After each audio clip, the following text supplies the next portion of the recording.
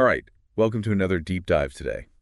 We're going to be talking about something pretty interesting and I think actually pretty relevant to a lot of things going on in the world. Okay. We're going to be looking at missionaries and their role in culture change, Oh, wow. and particularly in non-Western societies. So, for a long time, missionaries have kind of been seen as these agents of change, right? Yeah. For good or for bad. Yeah, absolutely. Sort of these people coming in and either destroying cultures or completely westernizing them. But our sources this time are actually arguing that it's a lot more complex than that. It's a lot more nuanced than that. Right. And we're going to be looking specifically at the work of Dale W. Kietzman and William A. Smalley. Okay. And these two guys were key figures in something called missionary anthropology. Missionary anthropology. Yeah. Basically, it's the study of how cultures and Christian missions interact with each other. Okay. So Kietzman, he had decades of experience working in Bible translation and intercultural communication. And Smalley was a linguist and editor, and he had tons of experience with the United Bible Society. Oh, wow. So they really knew what they were talking about. And the chapter we're diving into today is called The Missionary's Role in Culture Change. It's from a book called Readings in Missionary Anthropology 11. Okay. Readings in Missionary Anthropology 11. Got it. Yeah, so that's what we're going to be digging into. So we're not here to kind of like take sides or give like easy answers about, was it good? Was it bad? Yeah. What the missionaries did. Okay, right.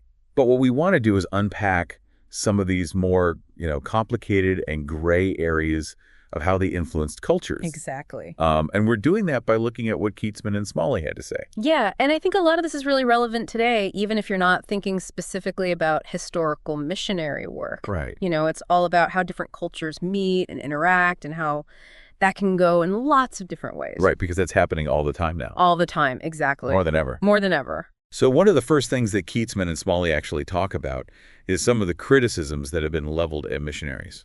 Yeah, they bring up some pretty harsh criticisms. Yeah. Things like cultural rape, that missionaries destroy people's deeply held values. They cause societies to fall apart. Wow. They create apathy, and they even spark conflict. So these are really serious accusations. Right, yeah. And I think it's important to acknowledge that there have been times throughout history where missionary activity has contributed to some, not so great cultural shifts. For sure. I mean, we can't just gloss over that. There were definitely things that happened. But Kietzman and Smalley kind of present this counter argument, right? They do. That it might not be as simple as just like missionaries coming in and ruining everything. Right. They say that when you look at the big picture, the cultural impact of missionaries is often pretty small compared to the huge changes brought about by other Western influences. Right. Like what kind of things? Well, things like Western businesses. Okay. They go into a new place, they want to extract resources, they want to set up their own systems, and then there's political influence. Right. Yeah. Western powers often try to exert their influence over other countries. And then there's education systems that are set up along Western models. Yeah. And then, of course, we can't forget about the media. Oh, yeah. Movies, TV, music, the internet. All of that. I mean, that stuff can really change a culture's values and beliefs. That's a really good point. So you're saying that compared to all of that, the missionaries maybe weren't as big of a deal as some people think. Yeah, I mean, they definitely had an impact, but it's important to keep it in perspective. Right. And what I find really interesting is that they even say that in some cases, the introduction of the Christian message and the cultural changes that came with it actually helped to bring people together who were already experiencing a lot of change. Oh, interesting. Like their culture was already in flux, and Christianity actually helped them to find a new sense of community. So it wasn't always just about destroying things. Sometimes it was about rebuilding in a different way. Exactly. Okay, that makes sense. So we've talked about the critics of missionary work. Yeah. What about the people who support it? How do they usually view culture change? That's another thing that Kietzman and Smalley talk about. Okay. And they point out that mission supporters often look for really visible, symbolic changes as signs of success. Like what kind of changes? Well, things like people adopting monogamy, Yeah. getting different haircuts, Right.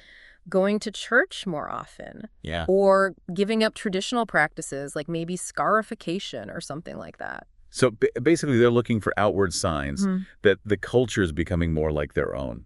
Yeah, and it makes sense in a way. These are easy things to see and measure. Right. And they can make it seem like the mission is having a real impact. But you're saying that it might not be that simple. Right. Because even mission organizations that say they just want to preach the gospel and not impose Western culture, even they can fall into this trap. Really? Yeah, like they might celebrate when they see local people adopting things like using soap and improving their dental hygiene, Okay. or getting what they consider a more civilized haircut.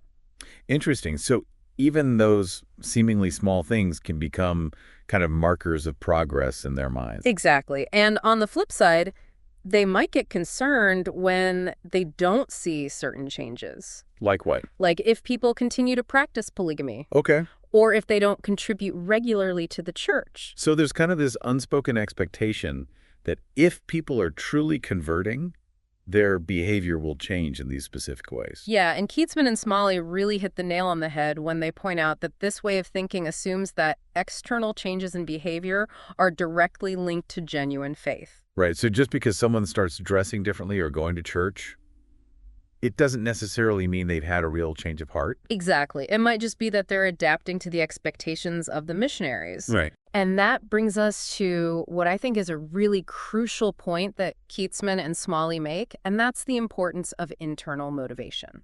Okay. What do they mean by that? Well, they argue that real lasting culture change doesn't happen because someone forced it on you from the outside. Right. It has to come from needs that people within that society feel themselves. Okay. So people change when they see a reason to change. Exactly, whether that reason is big or small, obvious or hidden. So it's not just about what the missionary thinks is important. It's about what the people in that culture actually value and need. Precisely. And, it's like that idea in psychology where, how you explain someone's behavior really depends on your perspective. Oh, yeah, I see what you mean.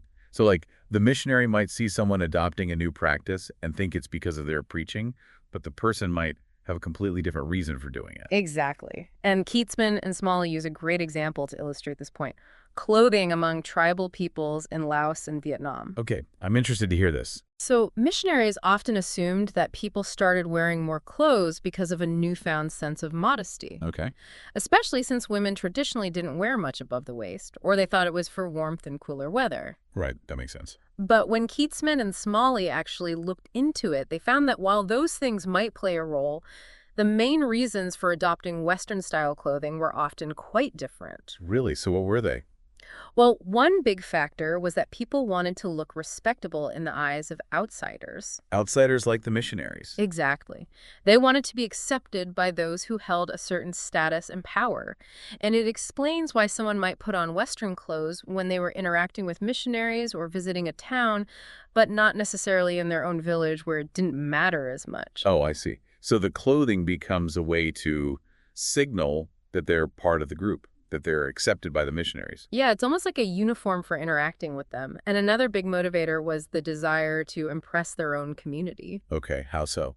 Well, by wearing something new or rare, they could show off their status or connections. So it's not really about modesty or warmth. It's about social standing. Exactly. And Kietzman and Smalley tell these amazing stories that really bring this to life. Oh, I love a good story. Tell me one. Okay, well, there's one about a preacher who received a top coat from a missionary donation. A top coat. Yeah, like a heavy winter coat. And it was the only one they had, so he wore it all the time, even in the tropical heat where the missionaries were sweating in their lighter clothes. Wow, he must have been so uncomfortable. He was, but it wasn't about staying warm for him. It was about the prestige and visibility that the top coat gave him. It was like a status symbol. Exactly. And there's another one about a woman who wore nothing above the waist but a very large pink bra. A pink bra. Yeah.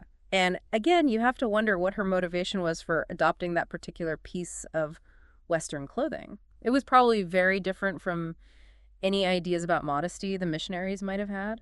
Yeah, I can imagine. So it seems like there's a lot of room for misinterpretation when it comes to cultural change. Absolutely. The missionary might think they understand why something is happening, but the local people might have a completely different reason. And they can lead to all sorts of unintended consequences. Right. Like Kietzman and Smalley point out that missionaries often approve of changes that make people look and act more like themselves. Like more westernized. Yeah. But they don't always understand the real meaning behind those changes. So they might be unintentionally encouraging practices that they would actually disapprove of if they knew the whole story. Exactly. And this leads us to another important point that Kietzman and Smalley make, which is that the real driver of culture change is the church itself. Okay, what do they mean by that? Well, they say that culture is constantly changing, evolving from within. Okay. And while outside influences can introduce new ideas, those ideas only really take hold if they're embraced by the people within that society. Right, it's like how new technologies spread. They have to be adopted by people in order to become popular. Exactly. And Kietzman and Smalley argue that the church, the local community of believers, not just the missionary organizations, is the true agent of the Holy Spirit for culture change within that society. So it's not about the missionaries coming in and dictating what should change. It's about the local Christians figuring out how to live out their faith in their own cultural context. Precisely. And the church, being rooted in the local culture, but also having this new connection with God, has a deep understanding of the underlying motivations and meanings that an outside missionary just doesn't have. They have that insider knowledge. Exactly. And that's why Kietzman and Smalley believe that the local church should be the one making decisions about cultural changes. So if the local church is the primary agent of change, what does that mean for the role of the missionary? That's a great question. And Kietzman and Smalley are very clear that missionaries shouldn't try to force cultural change. They don't have enough understanding of the culture to be making those kinds of decisions. So what should they be doing instead?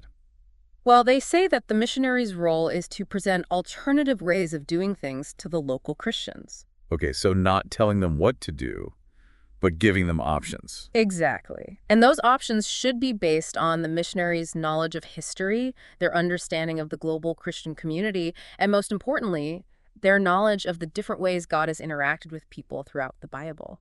So they're kind of like a resource for the local church. Yeah, exactly. They can provide information and insights that the local church might not have access to. And then it's up to the local church to decide what works best for them. Exactly.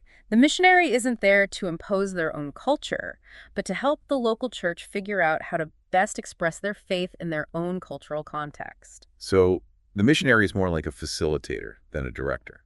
I like that. A facilitator. That's a great way to put it. And this whole idea of the church being the primary agent of change, it really challenges that traditional view of missionaries, doesn't it?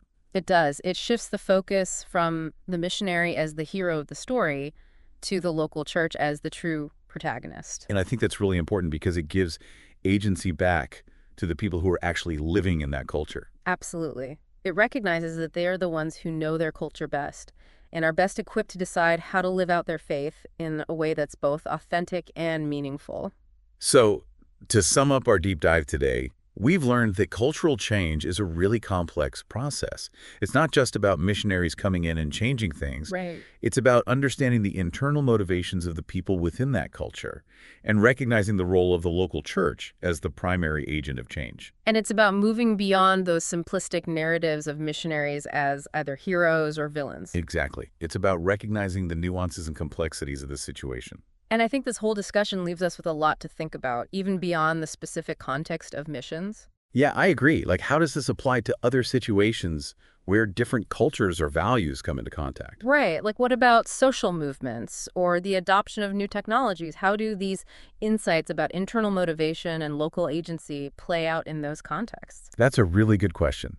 And I think it's something we all need to consider as we navigate an increasingly interconnected world. Because ultimately, if we want to see real lasting change, it has to come from within. It can't be imposed from the outside. It has to be owned and embraced by the people who are actually living it. Exactly. And that's a powerful message that applies to so many areas of life. Food for thought. Thanks for joining us on another deep dive. My pleasure. Until next time.